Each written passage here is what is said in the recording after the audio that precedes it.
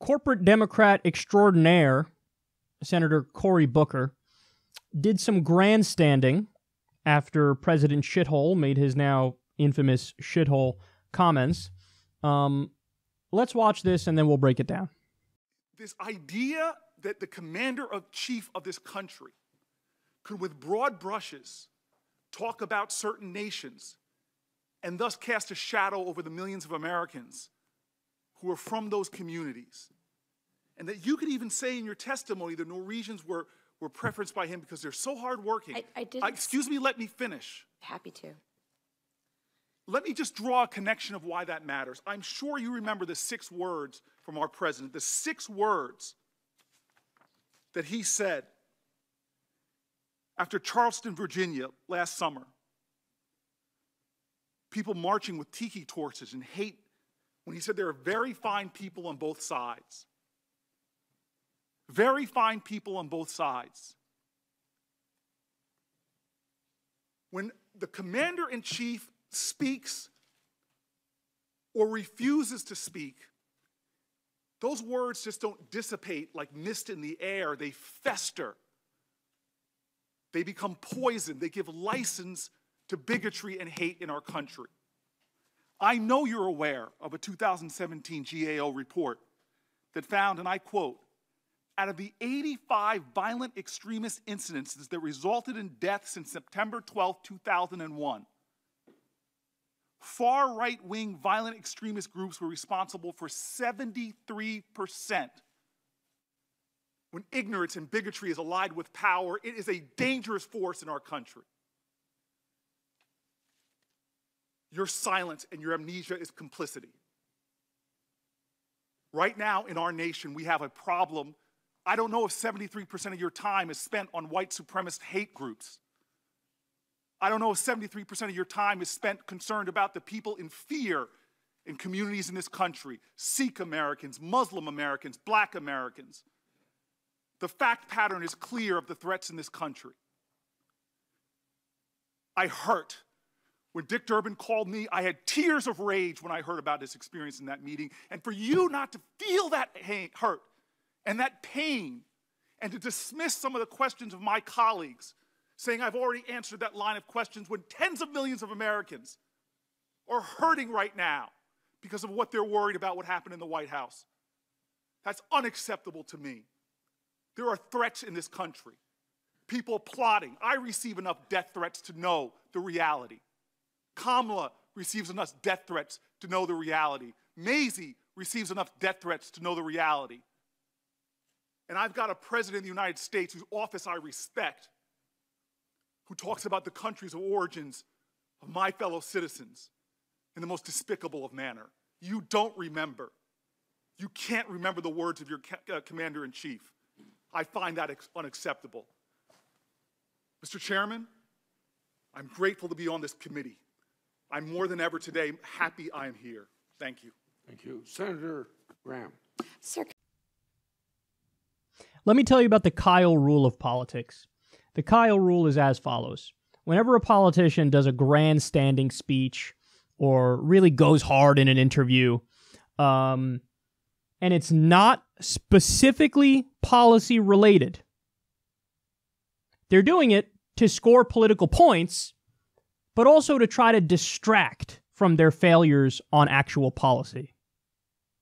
So, look, you listen to his rant there, and what's your takeaway from it? There's 2 truths in there. The first one is Trump a bigot? Yeah. I mean, look, him and his dad didn't rent their apartments to black people in the 1970s. Literally, the federal government sued them over that.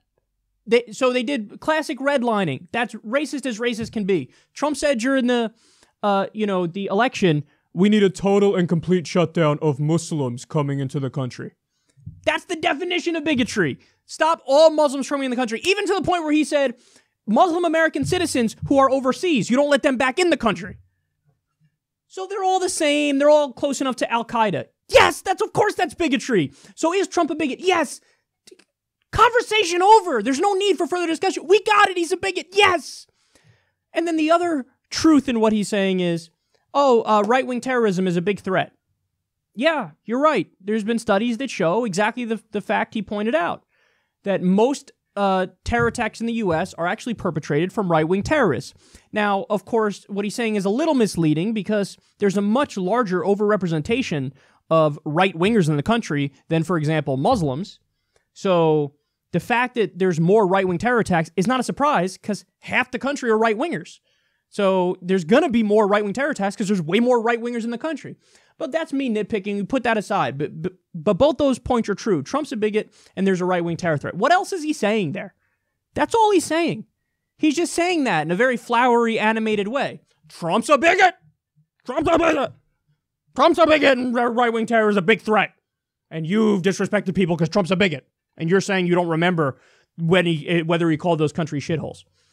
So what's there policy related? Did he go on to say, and oh yeah, by the way, all the Democrats are going to band together and say you're not going to get a single Democratic vote unless you put a Clean Dream Act in the spending bill?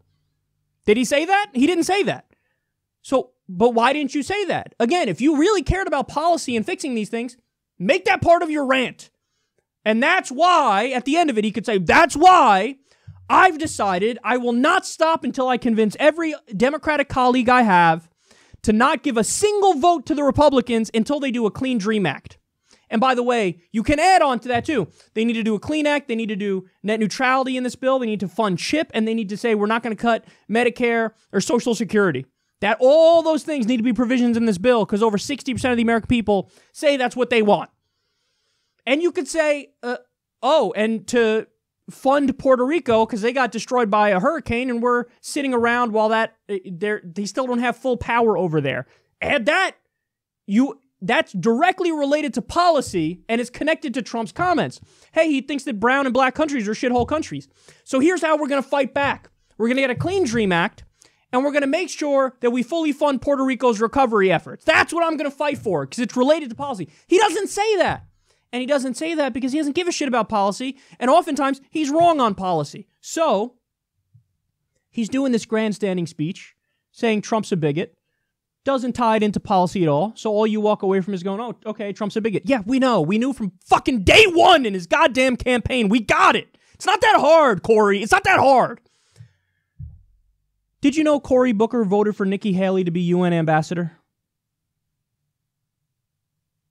Nikki Haley, who currently is ramping up rhetoric to start a war with Iran. Right now, she's doing that. She just did a press conference where she has old munitions behind her. Shellings, casings of weapons and missiles and shit. She's like, this is from Iran. You know, maybe we should stop their aggression in the region. So they're destroying the Iran nuclear deal. He's in favor of them. In fact, he voted to add sanctions on Iran. He just did it, which blows up the nuclear agreement. So one of Obama's signature accomplishments. You're like, yeah, let's destroy that. You also voted for Mattis to be Secretary of Defense. Mad Dog Mattis to be Secretary of Defense. What happened? I thought you were part of the so-called resistance. He voted to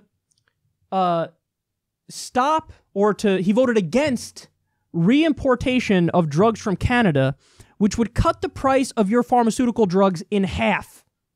And then he came out with the fucking, just a boatload of bullshit to try to talk his way out of when he was stone cold caught.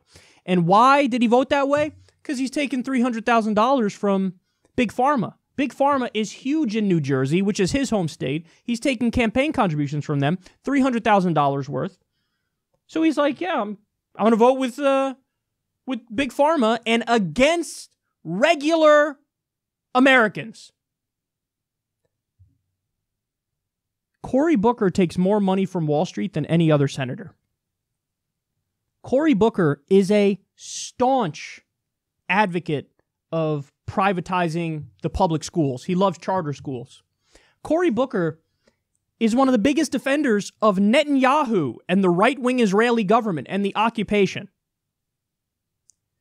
What happened to your concern for minorities, Cory? What happened? You're over there going, a bigot, bigot, bigot. Trump's a bigot. Trump's a racist. Trump, oh my God, he's so bad. He doesn't like brown people. He doesn't like minorities. What about Netanyahu's bigotry? What about the illegal occupation of Palestinians? What about apartheid? What about the 2014 incursion into Gaza, which was a bomb fest, which killed 80% civilians? Women and children were slaughtered by the leader of Israel, and you support that leader. You support him. So you have concern for minorities unless it's Palestinians. In which case, something, I took a lot of IPAC money, get off my ass. This is why you're a piece of shit, Cory. This is why you're a piece of shit. Because you go out there, you do this gross, self-congratulatory, self-aggrandizing, narcissistic, megalomaniacal tirade where the only thing you're saying over and over in different ways is Trump's a bigot, which we've known for a really long time. But you don't tie it into policy because you have no plans to fight back in a really aggressive way on policy. And you're also, come full circle to the Kyle rule, using a moment like this to score cheap political points while covering up for the fact that you're a less than mediocre Democrat. You're a corporate Democrat extraordinaire. So let me try to score political points. How does Bernie Sanders score political points? He scores political points by saying, I'm in favor of Medicare for all here. I'm proposing the bill of Medicare for all, and I'm going to try to get my colleagues with me. That's how Bernie Sanders scores political points, by actually doing shit policy-wise that the people want that would improve everybody's life. That's how he scores political points. How do you score political points? A speech. A speech where you berate, the Homeland Security head who says, I don't know, I don't remember what Trump says. Of course she's lying. She remembers what he says. But nothing hinges on this, Cory. And that's why he uses this moment as his moment. Ooh, I don't have to actually do anything policy-wise that'll help people, and I can grandstand and wag my finger and say, sir, you are a bigot. Donald Trump is a bigot, and you are aiding his bigotry. Anyway, is Netanyahu bombing Palestinians anytime soon? Gosh golly, I love when he does that. This is why you're loathsome. This is why you have no chance in 2020. And this is why you need to fucking move along, man. I'm so sick of these corporate Democrats. You're such a standard politician, Cory. You're such a standard politician. You're not doing the right thing policy-wise, but you score your political points by being a cheap demagogue and making the same point that we all know over and over. Trump's a bigot, Trump's a bigot, Trump's a bigot. Yeah, we got it. We fucking got it. Now, what are you going to do about it? You're going to do nothing. You're going to do nothing about it. And oftentimes, you're even going to help him with his shitty policy goals.